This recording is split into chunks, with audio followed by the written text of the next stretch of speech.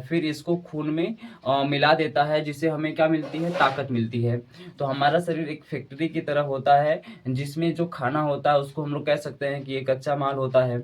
और फिर जो हमारा मुख है वो काटने वाली मशीन है, और जो हमारा पेट है, तो पेट इसमें एक तरह से प्रोसेसिंग यूनिट माना जाता है। और जो हमारी आंत है, आंत क्या करती है, तो आंत पैकिंग करती है ऊर्जा का और डिलीवरी करती है। और फिर खून क्या करता है, ट्रांसपोर्ट करता है, यानी कि हर अंगों तक उसको जो है कि पहुंचा देता है। ठीक है, अब हम लोग समझेंगे कि मानव पाचन तंत्र, जो मानव पाचन तंत्र है, तो मानव में पाचन की क्रिया क्या है। एक बार फिर से समझते हैं कि जैसे में ये जो मानव पाचन तंत्र है ये क्या है। तो मानव पाचन तंत्र जो है, या जब हम खाना को खाते हैं तो शरीर उसे बहुत छोटे छोटे भागों में विभाजित करता है और उसको तरल बना देता है और फिर उसको खून में मिला देता है। और इस तरह से हमें एक ताकत मिलती है, और इसी को हम लोग एक तरह से मानव पाचन तंत्र कहते हैं।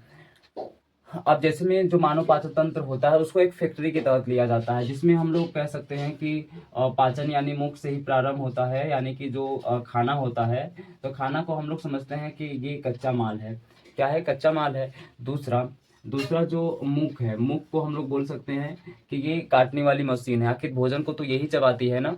फिर तीसरा हम लोग पेट कह सकते हैं, यानी अमाशय के तहत ले सकते हैं। तो ये जो पेट होता है, ये पेट हम लोग का क्या है ना, प्रोसेसिंग यूनिट होता है, जिसमें सारी चीज़ें एक तरह से हो रही होती हैं, भोजन का पाचन हो रहा होता है।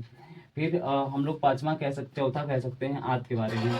ये जो आंत है, आंत आंत को हम लोग कहते हैं कि ये जो आंत होता है, तो आंत हमारा क्या है, एक तरह से कह सकते हैं पैकिंग और डिलीवरी का काम करता है। और जो पांचवा खून है, तो खून क्या करता है, तो ट्रांसपोर्ट का काम करता है। ट्रांसपोर्ट का जानते हैं, एक जगह से दूसरी जगह पर किसी चीज को लेकर के जाना, तो वो खून ही करता है। ठीक है, अब हम लोग समझने वाले हैं कि मानव में पाचन की क्रिया क्या है।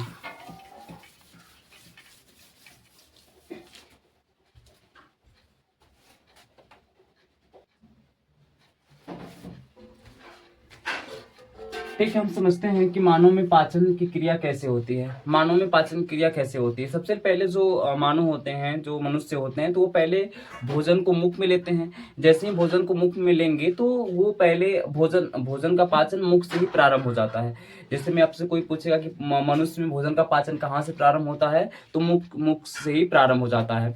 यानी यहीं पे जो भोजन होता है, तो उसे जो जो हमारे दांत होते हैं, तो उन्हें चबा करके उसको जो है कि बहुत उसको महीन कर देते हैं। फिर जो लार होता है, तो लार क्या करता है, लार उसको स्टार्च पे यानी मंट पर क्रिया करके स्टार्च से शर्करा में बदल देता। स्टार मतलब समझ रहे हैं, मतलब जो भोजन था, जो हम भोजन लिए थे, बाहर का भोजन था, तो वो काफी जटिल था। और काफी जटिल था, तो दांत के द्वारा जब हमने भोजन को चबाया तो भोजन एक तरह से महीन हो गया, जिसको लार, तो भी उसकी जटिलता वैसी रहती है। लार जो होता है, लार क्या करता है कि उसकी एक तरह से स्टार्च का मतलब जटिल, स्टार्च का मतलब क्या होता है, जटिल होता है। तो उसको लार जब मिलाता है अधिक से अधिक, तो वो धीरे धीरे सरल होने लगता है। धीरे धीरे क्या होने लगता है, सरल होने, जिसको शर्करा कहते हैं। स्टार्च का मतलब जटिल और शर्करा का मतलब सरल होता है। तो इस प्रकार से जो हमारा भोजन है, तो वो मतलब लार से क्रिया करके वो यानी जो लार होता है, तो उसको स्टार्च पर यानी स्टार्च से सीधे कहाँ बदल देता है, शर्करा में। फिर हमारा भोजन कहाँ पे आ जाता है, तो हमारा भोजन फिर जो है कि अन्न नली से या फिर ग्रास नली से होते हुए पेट में पहुंचता है, यानी अमाशय में पहुंचता है।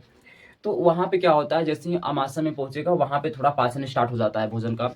अमाशय में जैसे ही पहुंचेगा तो भोजन का पाचन क्या हो जाता है, प्रारंभ हो जाता है।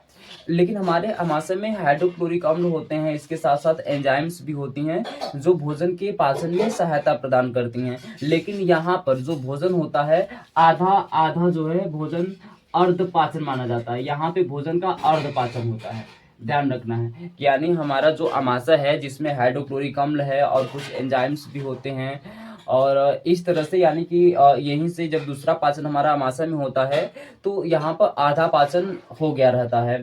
फिर इसके लिए बाद भोजन पहुंचता है छोटी आंत में। छोटी आंत में पाचन की प्रक्रिया पूरी हो जाती है।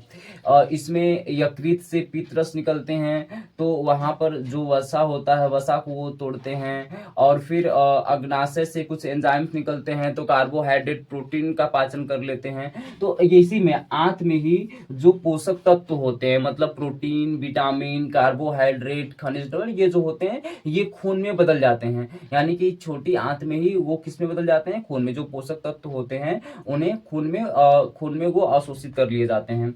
फिर इसके लिए बाद जो है कि बड़ी आंत क्या करता है, फिर बड़ी आंत जो होता है वो पानी का अवशोषण कर लेता है, और जो अपशिष्ट पदार्थ रहते हैं वो ठोस हो जाते हैं, फिर वो उनका निष्कासन हो जाता है, फिर वो बाहर निकल जाते हैं। तो इस तरह से मानव में पाचन की क्रिया होती है। फिर से समझते हैं कि जैसे में मानव में पाचन की क्रिया कैसे होगी। तो मानव में पाचन की क्रिया 5 चरणों से होकर के गुजरती है। पहले मुख में होती है, पाचन यहीं से प्रारंभ होता है। फिर अन्न नली से होते हुए अन्न नली भी कह सकते हैं, ग्रास नली भी कह सकते हैं। तो दूसरा इससे होते हुए जैसे में फिर भोजन कहाँ पहुंच जाता है, अमाशय में। भोजन कहाँ पहुंच जाता है, अमाशय में। अमाशय से छोटी आंत में, छोटी आंत से बड़ी आंत में। तो इस तरह से हमारा जो मानव में पाचन की क्रिया है, इस प्रकार से इनका प्रोसेस पूरा होता है।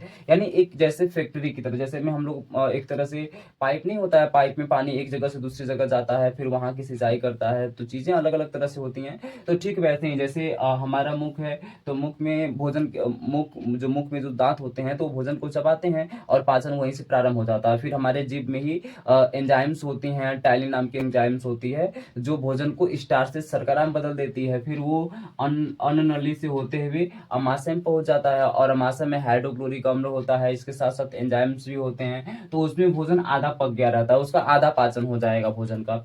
फिर वहां से भोजन कहाँ आ जाएगा, छोटी आंत में आएगा। जब छोटी आंत में आएगा तो इसमें यकृत होता है। यकृत मतलब समझ रहे हैं, लीवर होता है ना, किडनी, तो एक तरह से कह सकते हैं। तो वो जो यकृत होता है, तो यकृत में पित्त रस होते हैं, तो वो वसा का जो है कि पाचन कर लेते हैं। फिर उसमें अग्नाशयिक रस और एंजाइम्स होते हैं, तो वो प्रोटीन, कार्बोहाइड्रेट का पाचन कर लेते हैं। तो इस तरह से उसमें ही जो पोषक तत्व होते हैं, तो पोषक तत्व खून में अवशोषित होने लगते हैं। फिर जो है कि फिर बड़ी आंत क्या करता है कि जो उसमें का पानी होता है, पानी को अवशोषित कर लेता है, जिससे जो अपशिष्ट पदार्थ रहते हैं वो काफी ठोस हो जाते हैं।